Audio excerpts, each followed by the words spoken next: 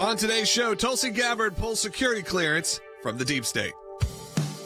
Keeping you informed and engaged, now more than ever. This is Sekulow. We want to hear from you. Share and post your comments or call 1-800-684-3110.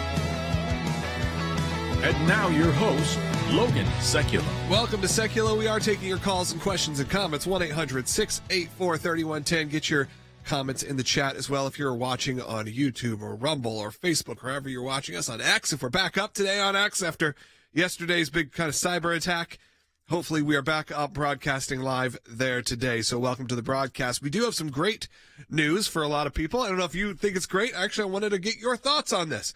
As our friend, former colleague, Tulsi Gabbard, now Director of National Intelligence, made some pretty historic moves.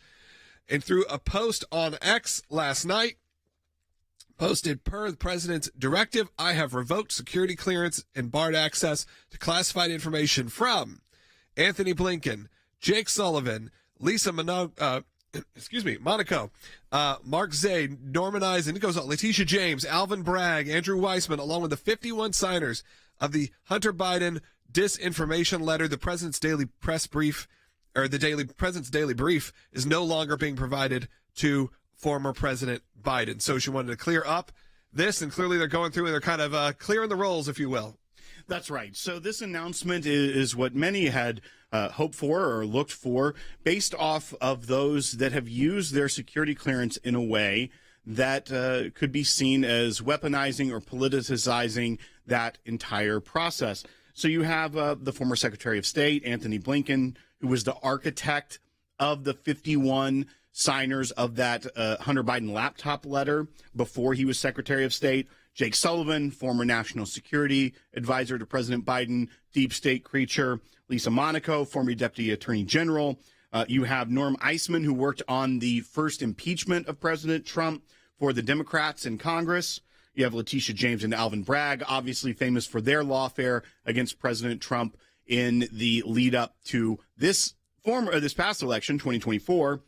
And then you have Andrew Weissman, who was a part of the Bob Mueller team who investigated the Russia hoax in the first president's term. And then you have the 51 signers of the Hunter Biden disinformation letter. Those were the national security or former intelligence members of that community that said this is Russian disinformation, and they leaned on their expertise as being part of the intel community and having security clearance, that you must trust us, this is Russian disinformation. We all know that that was false, and it was meant to sway an election in 2020, and to some degree it did have an effect on the way that election turned out.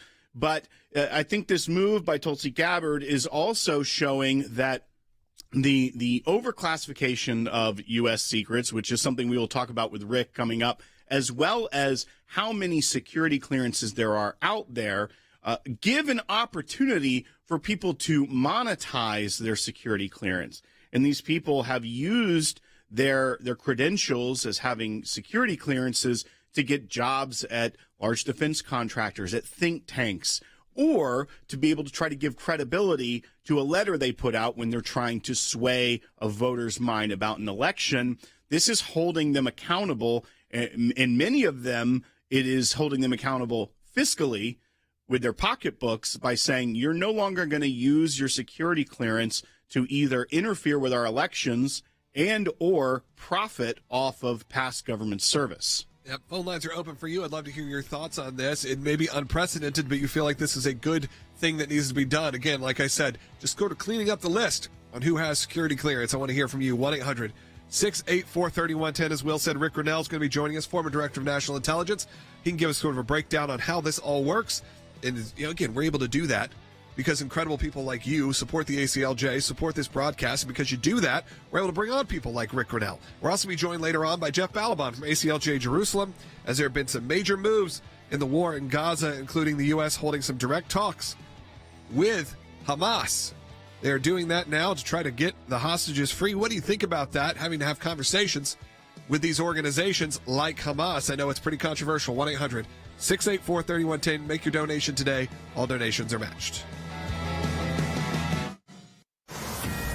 NBC News breaking right now. Director of National Intelligence Tulsi Gabbard has pulled security clearances for a host of former Biden officials. She has just posted this on X, which is up and running again.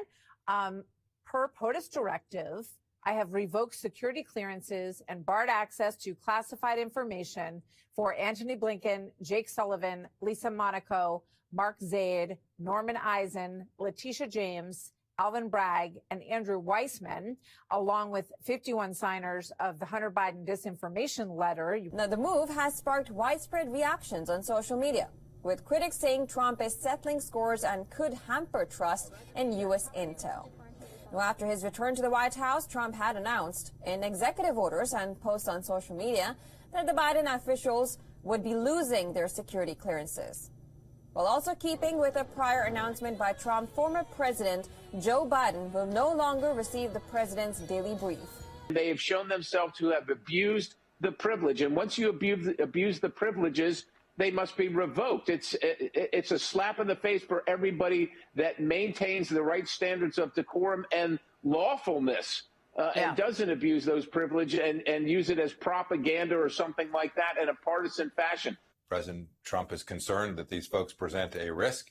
He has every right and indeed needs to make sure they don't have access to information that can damage our country. And I heard most of the list, Martha. The 51 folks who signed that letter all knew better. They knew precisely what they were doing. They were engaged in political warfare using the veneer of their former roles as intelligence officials to lend credibility to an idea that they fundamentally knew couldn't have been true, right? We knew this was really Hunter Biden's laptop. We knew exactly what was on it. This wasn't Russian disinformation. And they chose a different path, a political path.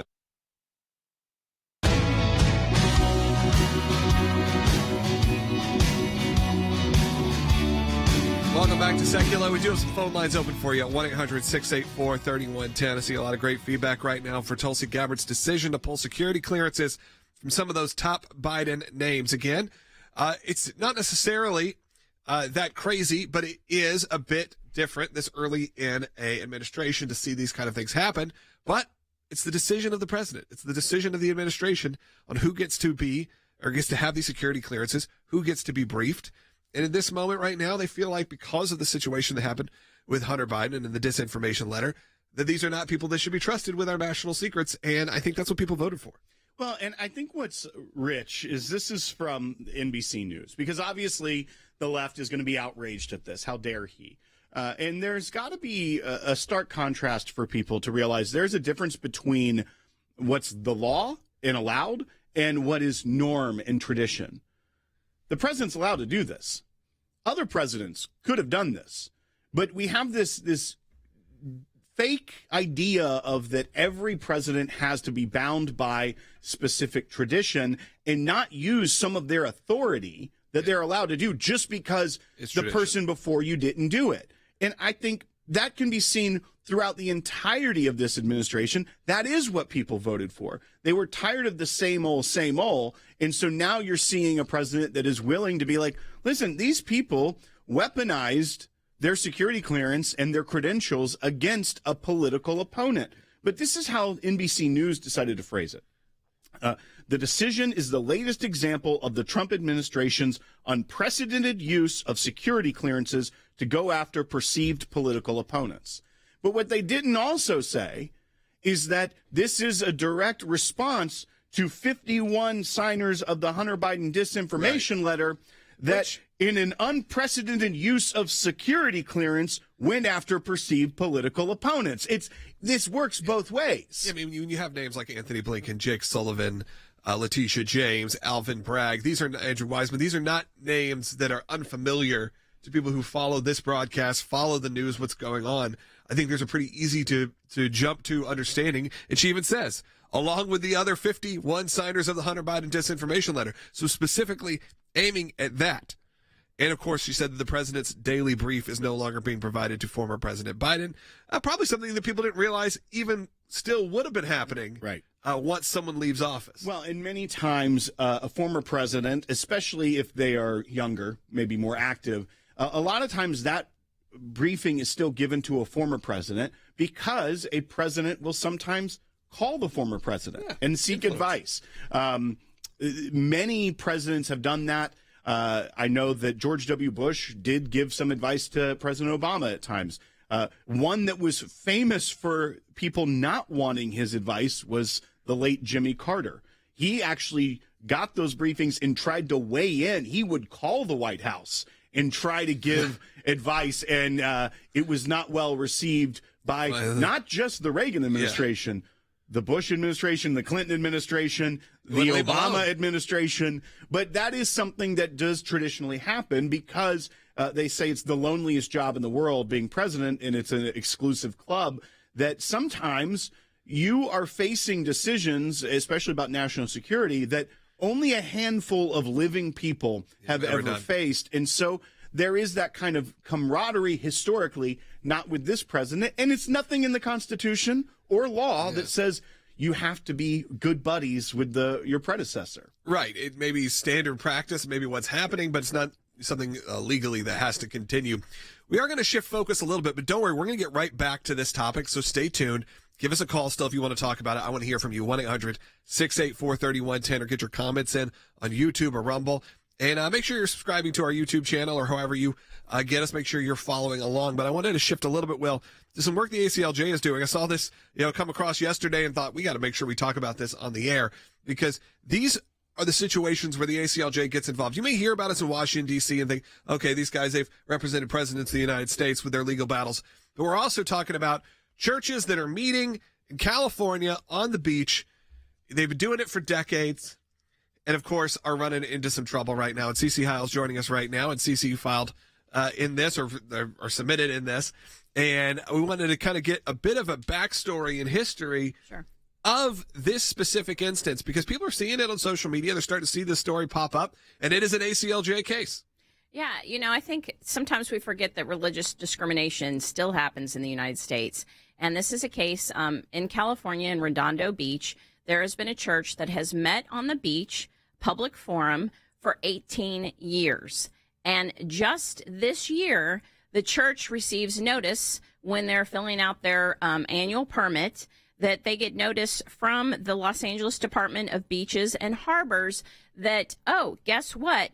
This year, the department has decided that they're going to limit groups that have religious activities. So only groups that take on religious activities, they're going to be limited to only 6 permits a year, not the annual permit like they used to have. Every weekend they would have service there. Yep. They are only limited that now they can only have 6 services per year. And again, this policy only applies to religious services, which is completely unconstitutional. I have a lot of friends in California, and this is not uncommon, that a church would be held outside or in a public park or on a beach because, well, you have the weather really on your side for most of the time of the year.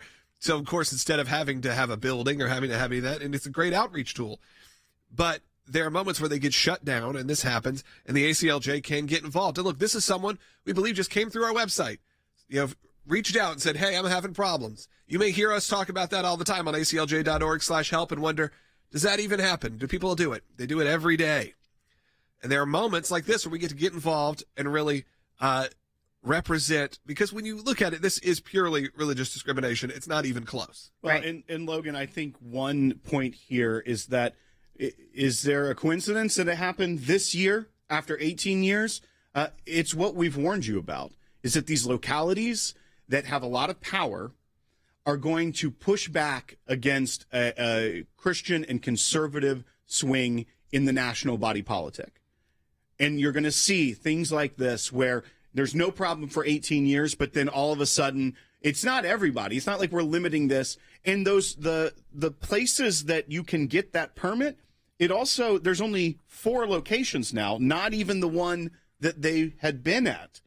And it shows a lot of things. It shows a misunderstanding of ministry by these city officials, and that they are specifically wanting to target a church. One of our Rumble ranters, Comfort, has actually attended this church, she said. Oh, wow, that's great. The church on the beach. We've learned, though, church on the beach, yeah, for sure. You've probably seen them. What's interesting, though, with this one in particular, is these were not people causing problems. Right. These were not distraction. Right. You could say I could see how a police officer and a a pro-life activist on the street corner with bullhorn, how they could have some tension. Yeah. But this is a church service, been held for 19 years. They've been accommodating in the past. If, hey, we need to use the beach this week for, like you said, a 5K or something like that, no problems. This is not anything that they're having issues with.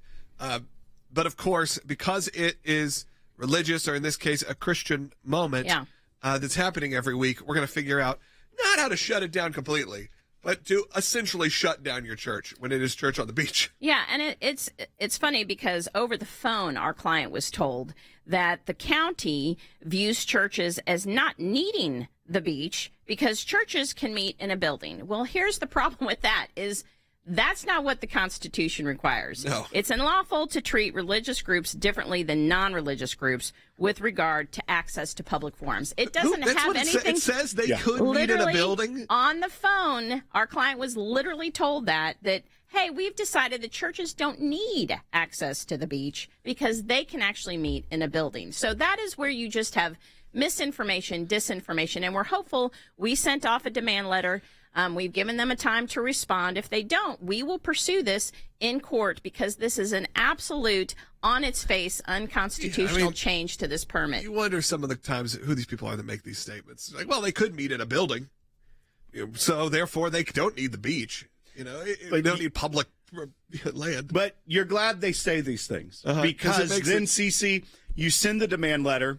And because of all of you that support the ACLJ, we're able to do this for this church at no cost. That's right. They get a very strong legal team. They get Cece Heil signing the letter going out. But if they don't respond, now we have some backup.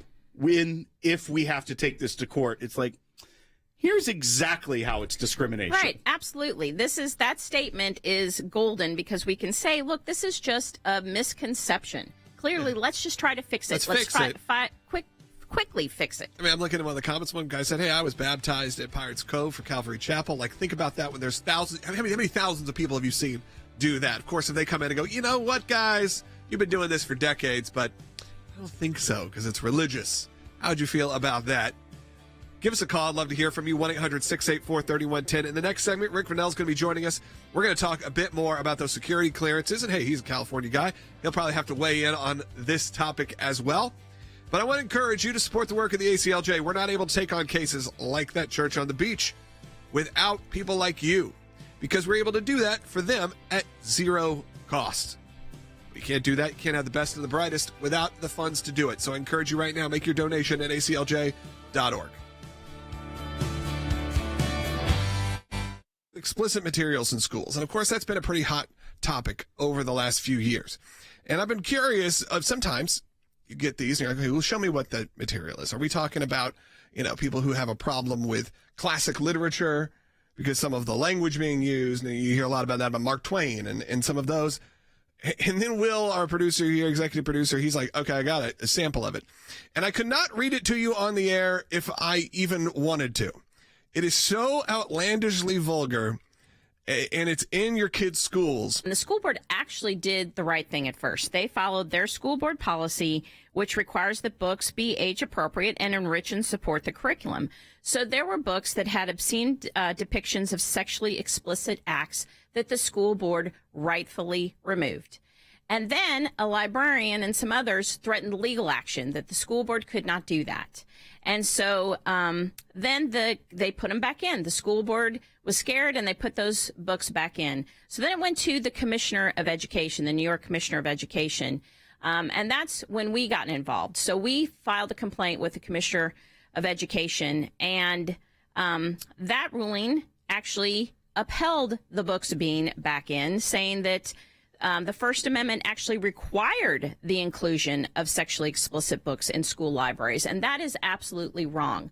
So we filed then in New York state courts. The courts have repeatedly stated that they've rejected the notion that librarians or teachers possess a First Amendment right to expose students to vulgar or obscene content in public school libraries. And in fact, the absolute opposite is true, that school boards maintain authority to remove sexually explicit books from school libraries. And that's what we're arguing, and we're hopeful that we will be successful.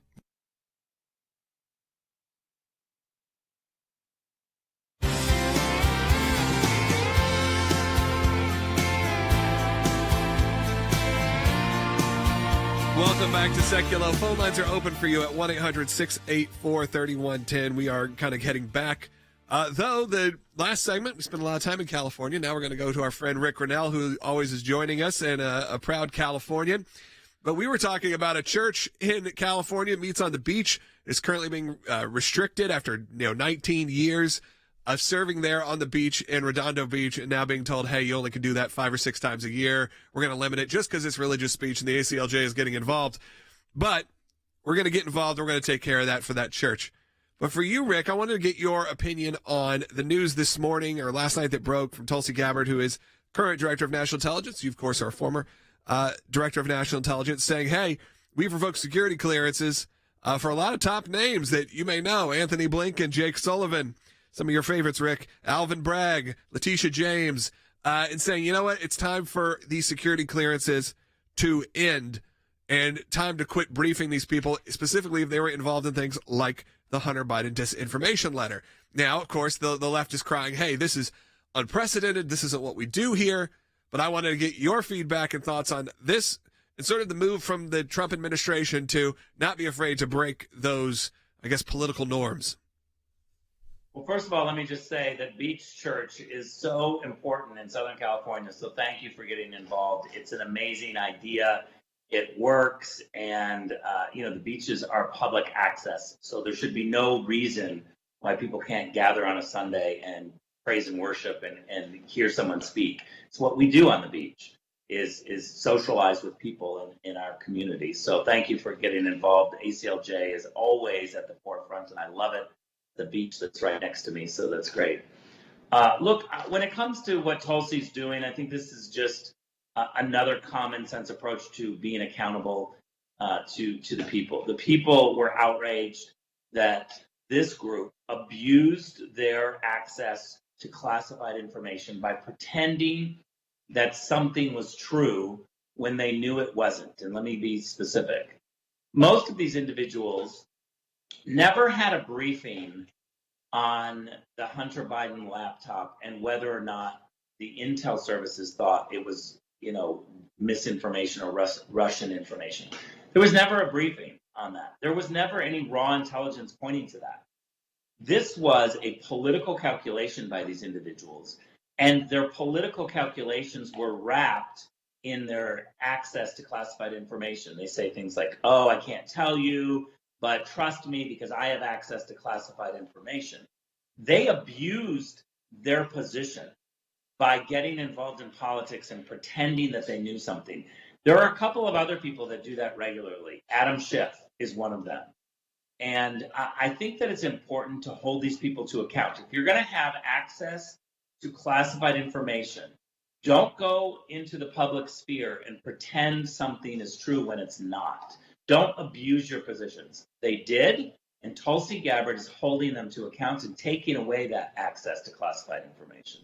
Rick, one question I'm seeing on both Rumble and on YouTube that are coming here, and I think it speaks to a broader issue, one that you've addressed on this broadcast many times with the overclassification of information. But people are asking, why would someone like Letitia James and Alvin Bragg, who aren't federal employees, they're within the state of New York, why would they have a security clearance? And so I think that, one, people just need to kind of know how this process works and maybe how many security clearances are actually out there. Well, first of all, the security clearance process is abused, and too many people, pretend like they have full access. I can guarantee you that Letitia James only had compartmentalized information. She was probably restricted on what would relate to her job, and probably through terrorism and terrorist threats. And I could make the case that prosecutors need to have access about the threats around them. But they certainly don't need access to the president's daily briefing and to have access to information that we know that they would then abuse. And that's the issue here. When you abuse your position and pretend like you know something that you don't, then I think you should have your clearance taken away and you should suffer the consequences of not having access to appropriate information. I will say, though, when prosecutors abuse this process, it's really indicative of who they are. And you have to wonder, what else are they abusing with the power that they have? Is there a need also for people like this to have this kind of clearance post-administration? I think there's probably a lot of our audience, and I see in the comments going, I didn't even understand. I thought, the day the administration changed over, it changed over. I mean, but there are some needs occasionally for people to retain their clearances or to, not have to go through this process again. But again, if you've done something that clearly the American people are voting against, then that should be taken care of. But what about the instances where, again, just to sort of inform our audience why that even happens?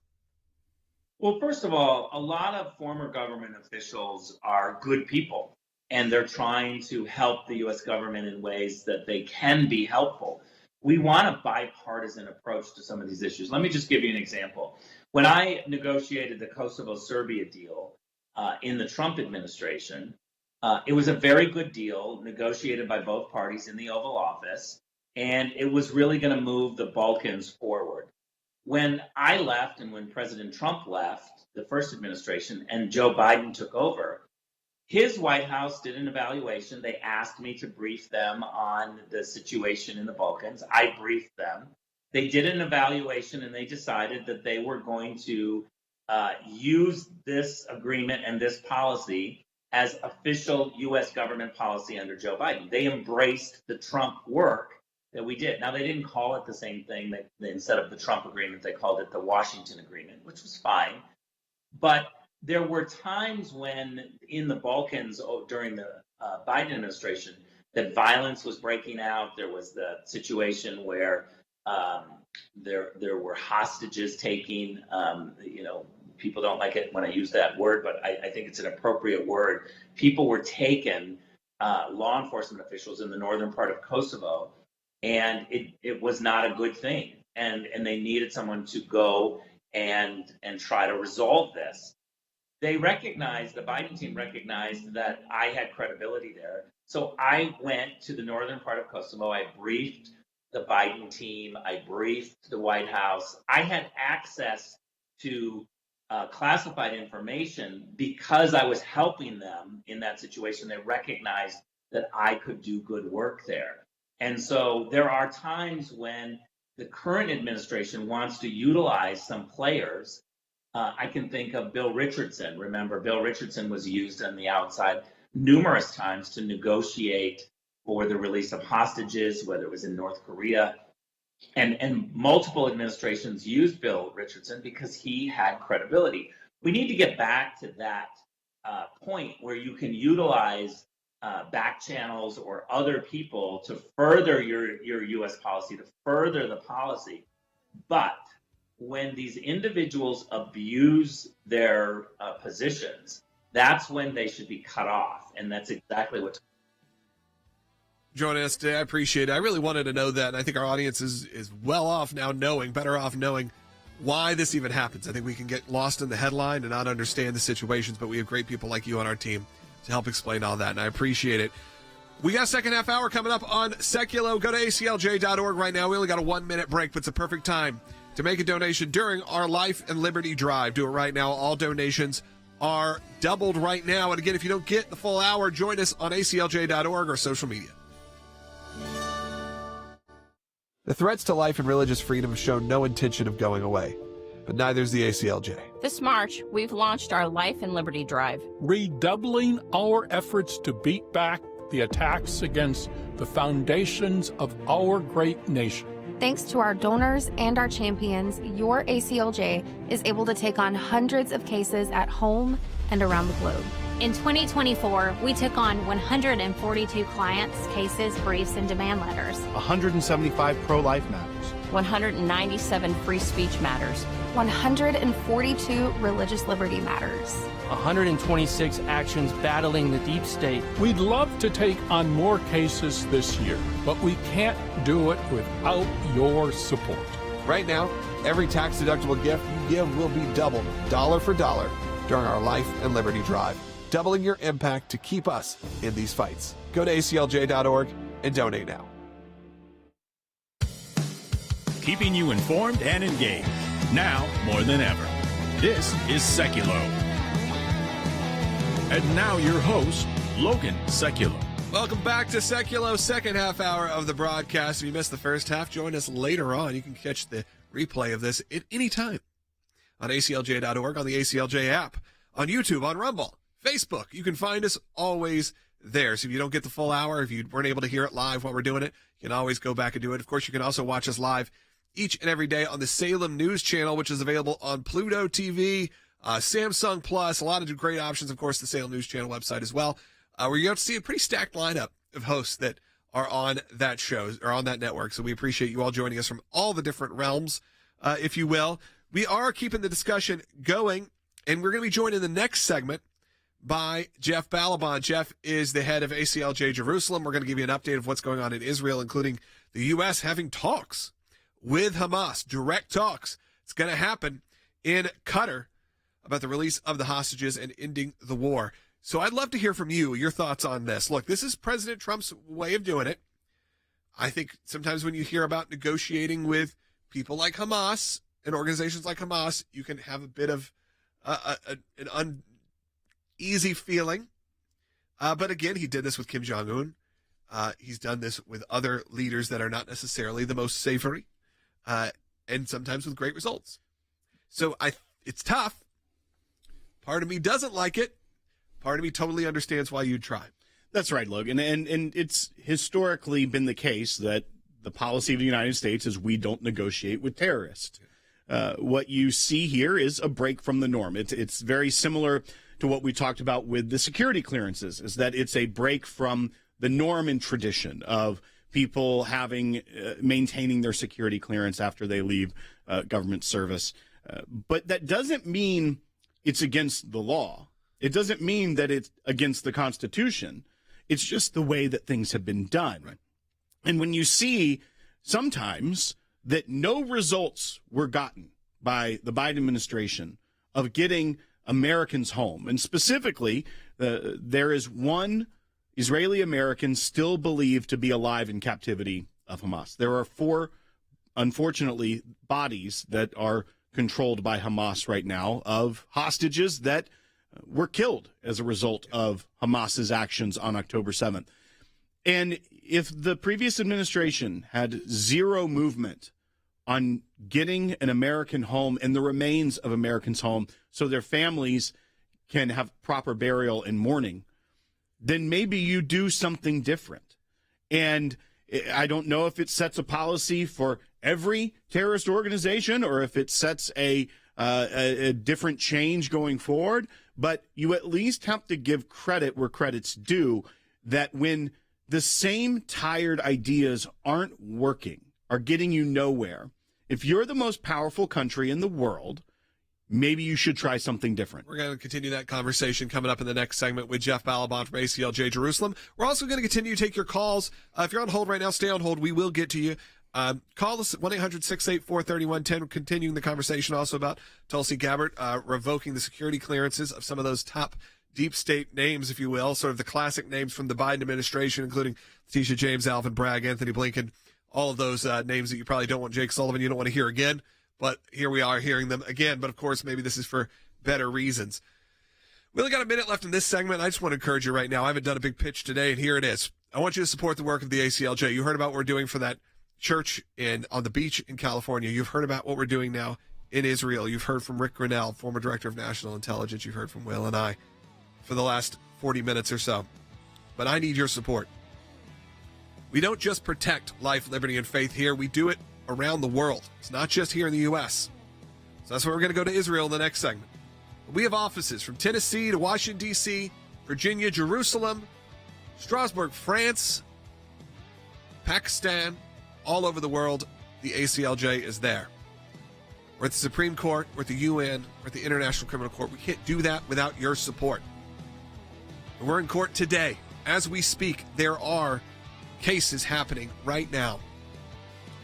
So do it right now. Go to ACLJ.org because all donations are doubled right now. So if you give $10, there's another person who said, I will unlock $10. If you give $1,000, there's a person saying, I will unlock $1,000. So do it right now.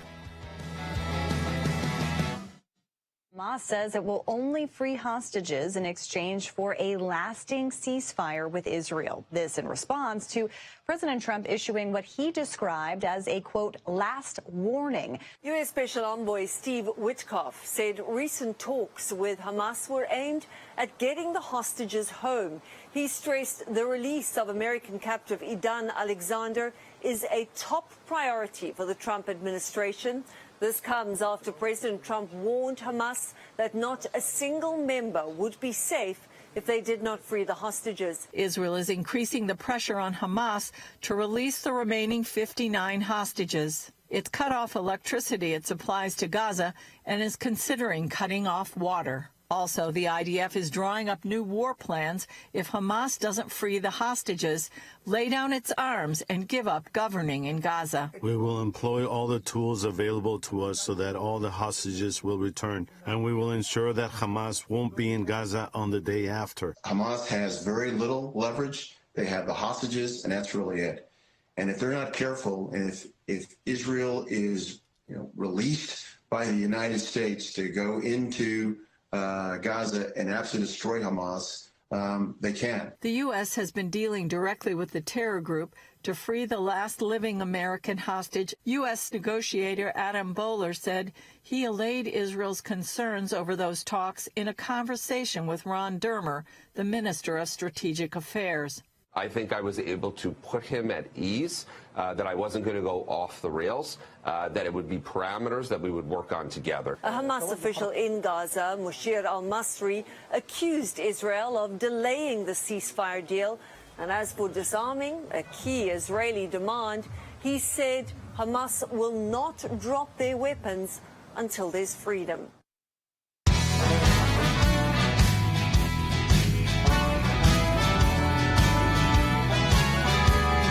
Welcome back to Sekulow. We are going to take your calls in the next segment at 1-800-684-3110. We got 3 lines open right now, so stay on hold if you're on hold, or give us a call if you'd like to chat. Jeff Balaban's joining us right now, head of ACLJ Jerusalem. There have been some updates, Jeff, in the war in Gaza. One of which, though, is that the U.S. has been pretty much said they're going to be holding direct talks with Hamas on the hostage situation. They'll be doing that in Qatar. Mixed feelings, I think, for a lot of people when you start talking about having diplomatic meetings with Hamas. I wanted to get your feedback because, look, I mean, maybe it's that we're trying something different here. We're actually trying to see how we can finish this, progress, and get the rest of the hostages released and their remains released for those who are no longer with us. But I wanted to get your thoughts on this strategy of meeting meeting with Hamas to hold these direct talks. Well, there is a lot of confusion here, and there were certainly voices here expressing alarm and concern about a U.S. negotiator dealing directly with Hamas. There does seem to be a step back, meaning that they said this was a one-off trying to negotiate. However, Marco Rubio, Secretary of State, said it was worth trying. And here's the thing, Israel generally does trust President Trump. And I think that President Trump seems to be maintaining a very tight ship, and people, if they're drifting from what he intends, there will be a change. That said, look, none of this is pleasant. This is all very painful. And I think it really depends on the nature of the conversations. The notion of negotiating with Hamas, or indeed with any Palestinian leadership group, they are all terrorists. I mean, every one of them, there is no exception to this, is, I wouldn't say it's tasteless. I think it's unsavory. It's unlikely to ever succeed, and many times it's immoral. But sometimes, when those negotiations are actually threats, that's actually necessary and good. So I think that if it's a negotiation pleading and asking for things, well, I don't think it's Donald Trump's way, and I hope it's not his administration's way, and no one here really thinks it is. But no one should be at all confused about this. No one is suggesting, at least no one believes at the highest levels of the Trump administration, that the people in Hamas, as far as we can tell, are people you can actually do deals with because they're reasonable people. This is all about a terrible, terrible crisis of hostages, really brutal and emotional and painful, including Americans, obviously. And so Donald Trump and his people are trying everything. There are those who have grave concerns, those who are cheering it on. But overall, as I say, they said it's a one-off. And bottom line, it is my hope and I believe that if it's coming from the top down, This is more in the nation of ultimatum and threat rather than pleading and negotiating. Well, and Jeff, I think that's a very good point, especially the way even U.S. media is categorizing it. New York Times is saying they hold direct talks. That's a very specific word instead of negotiations. When you read President Trump's Truth Social posts, those aren't negotiating words. Those are demands. Once again, I defer to you as well that, we have seen the talk from President Trump. We know how he has dealt with places like North Korea and has secured the release of Americans from places like North Korea in the first term, from Russia in this term. And in those situations, it didn't seem like the U.S. gave up anything to the foreign power or the adversary. So I do think that is a very good point people should look at, is even the way it's being reported is that the special envoy, Adam Boehler, was holding direct talks and engaging this group. That is very different than it being reported as negotiations over a hostage. Yeah, I would actually, I think that's a very valid point, William. And I also would add that if you look at the top officials in this, and obviously Donald Trump is the top official, but if you look at his Secretary of State, Marco Rubio, you look at who he's having as ambassador, Mike Huckabee, there is no question that every one of them understands that Hamas is pure evil. And more than that, Donald Trump himself in the last few days has gone on record talking about not just Hamas, which is one particular head of this multi-headed snake. He's talked about the entire Palestinian culture as being one that really cannot continue because it is a culture that grooms generations to be an anti-Semitic genocidal death cult, and it must stop. And so he's not limiting it, as many people have, as most people do, say the problem's Hamas, we don't want to deal with the real issue. He has openly dealt, and morally and truly and with clarity dealt with the fact that it is the entire Palestinian enterprise that has raised generations, of children to be, I'm sorry, monsters, people whose the greatest wish in life is to kill Jews, and it's got to stop. And Trump's been very clear about that. So I think someone who understands that is not really about to give Hamas, one particularly evil head of that snake that people know about, much benefit of any doubt, and indeed will be more making ultimata than asking for favors. And you saw that as he posted sort of the final warning last week in the sort of moment where now we don't know what that resulted in or may result in now moving forward. Obviously, they look like they're going to hold some sort of direct talks, but you have that moment also where President Trump, he can be an emotional guy in the sense of reacting how a lot of us have reacted, which was he met with the hostages. When you hear the stories from the people that were actually living it, who had to go through it and are still going through it or just recently released, your mood shifts pretty dramatically from one of trying to reason with war and how this works to just wanting to go in and finish the job, if you will. I think that's a good point, and I think that some of the criticism, because there was alarm, really, more people here trust Donald Trump, but some of the criticism from some of the voices that you heard here is because no one here needs to be reminded of that. Everyone here lives with that raw emotional reality every moment of every day since October 7th.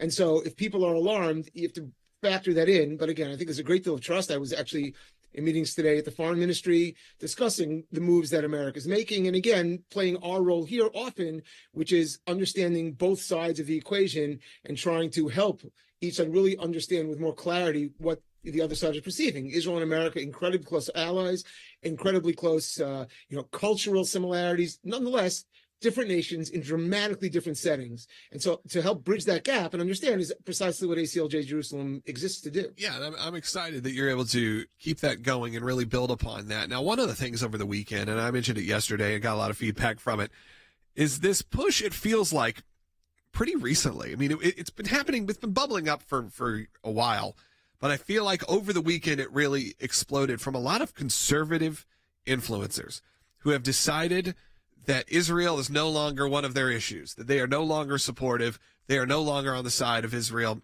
And some of these are pretty prominent names. I don't want to give them any more, clout than they already have. But you're not talking about people who our audience wouldn't be familiar with. There has been this sort of tide turn on social media that really concerns me. Because at least we had that. At least there was for the Jewish people. And it really is very, the anti-Semitic rhetoric. It's tying everything back to, Jeffrey Epstein. It's tying everything back to conspiracy theories. And it's coming from prominent conservative names. Now, they've become a little more fringe, but it's a concerning thing to me. I'm going through my feed and really starting to, it kind of gave me a little bit of a panic, because it's like, okay, well, now if you start losing both sides, this is where it gets nerve-wracking. We got to be able to figure out how to combat that with the truth. Yeah, look, there's been this bubbling up for quite a while, and I will give you two specific reasons for it. One is, Logan, almost better than anybody that we bring on to talk about things, that the social media itself, if your economics is on social media, which is, it depends on clicks and likes, et cetera, and how many followers you have. Well, unfortunately, the algorithms dictate that you will do better by being an enemy of the Jews than by being their friends. It's just a fact that there are more people out there in the world who support genocide against the Jews. And they're therefore economic interests. And there's nothing to do with telling the truth. That's just one reality. More than that, by the way, there's actually lots of studies now about how, because of AI, there's so much going into sort of exponentially growing the hostility and anti-Semitism because of the machine learning is being warped by people intentionally doing this. But the other reality is that America's going through its own cultural and faith war right now, I would say, on the Christian side, which is, say, there are those who say, well, America was founded by white European Christian males and everyone else is an outsider and our enemy. Well, that's not true. Actually, America was founded by people who were running from that mentality, came to America from those countries which called themselves Christian, but many of them were fighting against each other and killing each other for centuries. And they came running here for religious liberties, for religious freedoms, exactly what we represent, because they're embodied in our Constitution.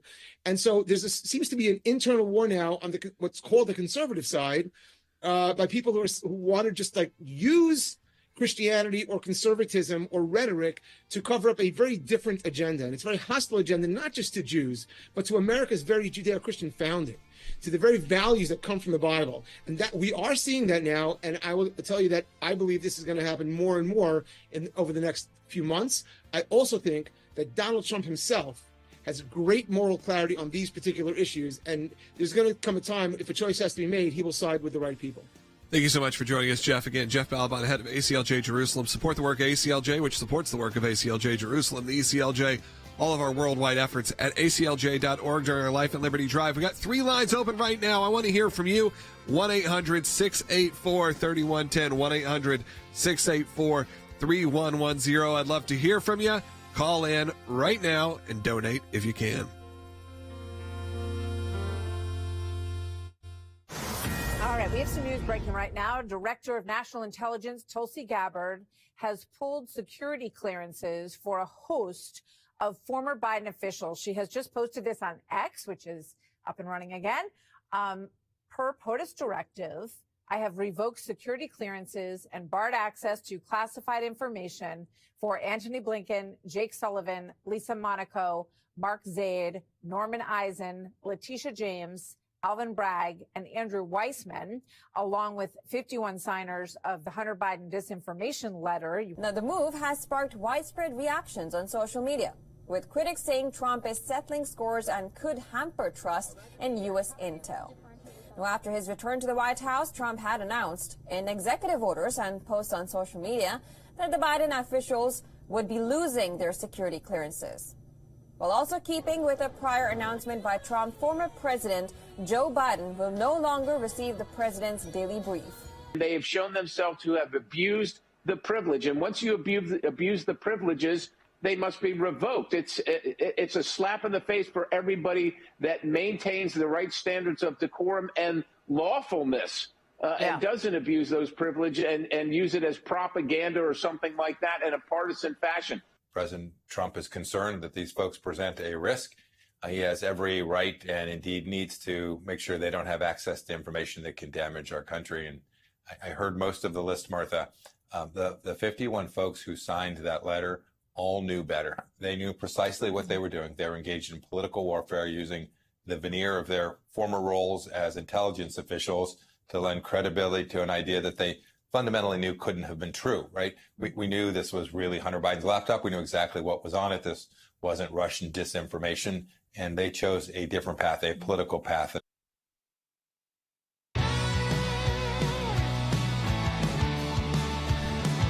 Welcome back to Sekulow. Time to take your phone calls. We still have time to get a few more up. So 1-800-684-3110, 1-800-684-3110. Let's go to Paul, who's calling in Washington on line 2, who is watching on Rebel. Oh, someone just dropped. I think we accidentally dropped somebody on line 1.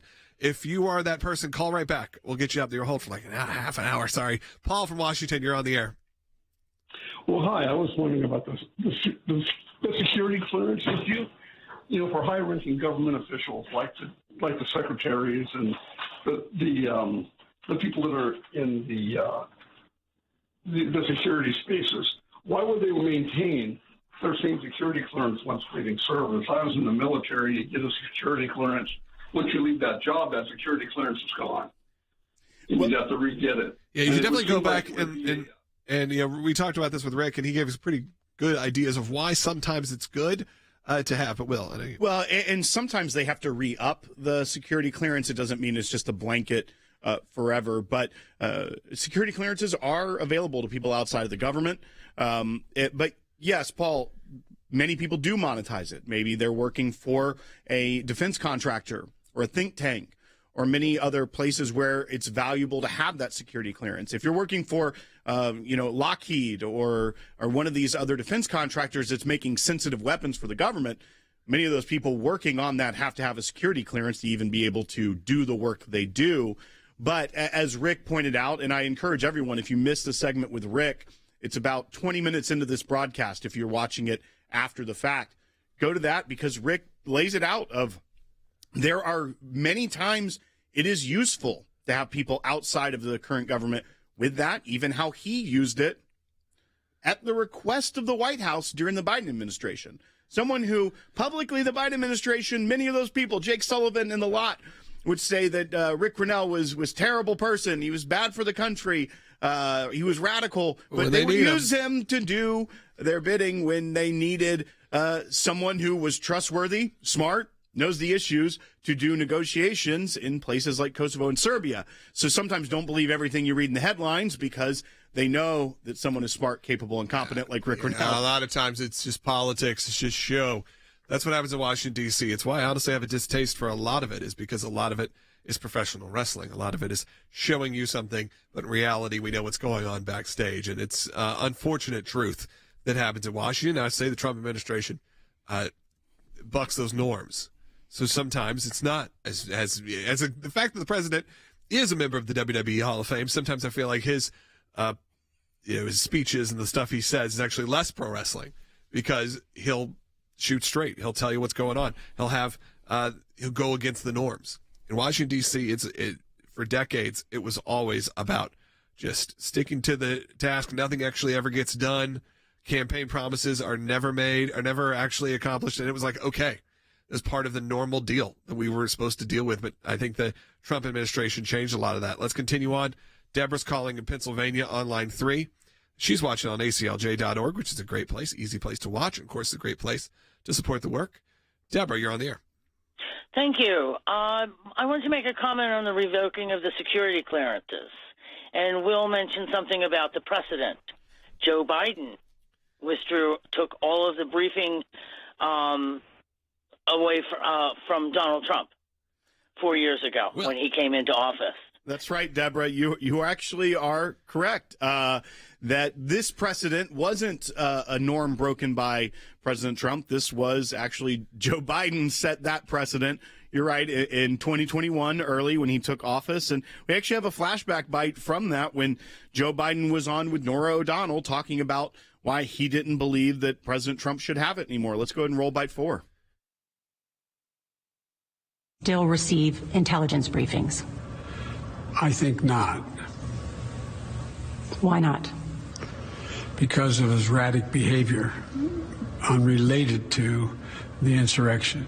I mean, you've called him an existential threat. You've called him dangerous. You've called him reckless. Yeah, I have, and I believe it. What's your worst fear if he continues to get these intelligence briefings? I'd rather not speculate out loud. I just think that there is no need for him to have that intelligence briefing. what value is giving him an intelligence briefing? What impact does he have at all, other than the fact he might slip and say something? I just want to say something also. This was 2021, very early in the Biden administration. And you didn't think after hearing that maybe the guy wasn't going to be able to run 3 years later. It was erratic behavior, unrelated to insurrection. I mean, just was already having, I don't want to belabor it but I look back on what the Democrats did to Joe Biden. It's absurd when you look at these throwback clips that we were all supposed to just accept that he was doing okay. This was a few months into his presidency. This was now at this point 4 years ago. But you know what? The American people voted, and the Democrats aren't to blame for that. When I look at those kind of things, like, no wonder it went the way it went. And I do want to key in on one thing he did say pretty clearly that I think is the exact reason why Joe Biden is no longer getting an intelligence briefing, is he said, I just think that there's no need for him to have that, the intelligence briefing. What value is giving him an intelligence briefing? That is the reason. What value is giving Joe Biden an intelligence briefing at this point, knowing what we know and knowing the people around him, how they weaponize intelligence all the time? What's the value? There's your reason right there. No more for the former president. All right, let's continue on. One more call, at least for the day. Ronald's calling in South Carolina, watching on Rumble. You're on the air. Yeah, thanks for taking my call. Yes, one thing about the good thing that Tulsi Gabbard did in revoking some of these security clearances, because I think, for one thing, you may actually have double agents working in the government. And one of the references is for after the Obama administration, when Trump was in office, how he was having these sanctions against Iran, and yet there are those of the Obama administration who's working behind the scene in trying to make another deal with Iran while you have a sitting president. Ronald, we saw that even with the statements that came out after the firings, the initial firings from Doge, when that was all starting to take care. Like, well, what happens to those double agents who now will go and give our national secrets away? You fired them, and now they're going to go take it to China or to Russia. And you go, well, they're the wrong people for the job. Right. It's the same thing of, tell us 5 things you did this week. And no. Well, why not? Because you're the wrong person for the job.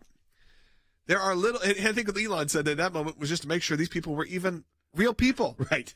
Because a lot of them were not.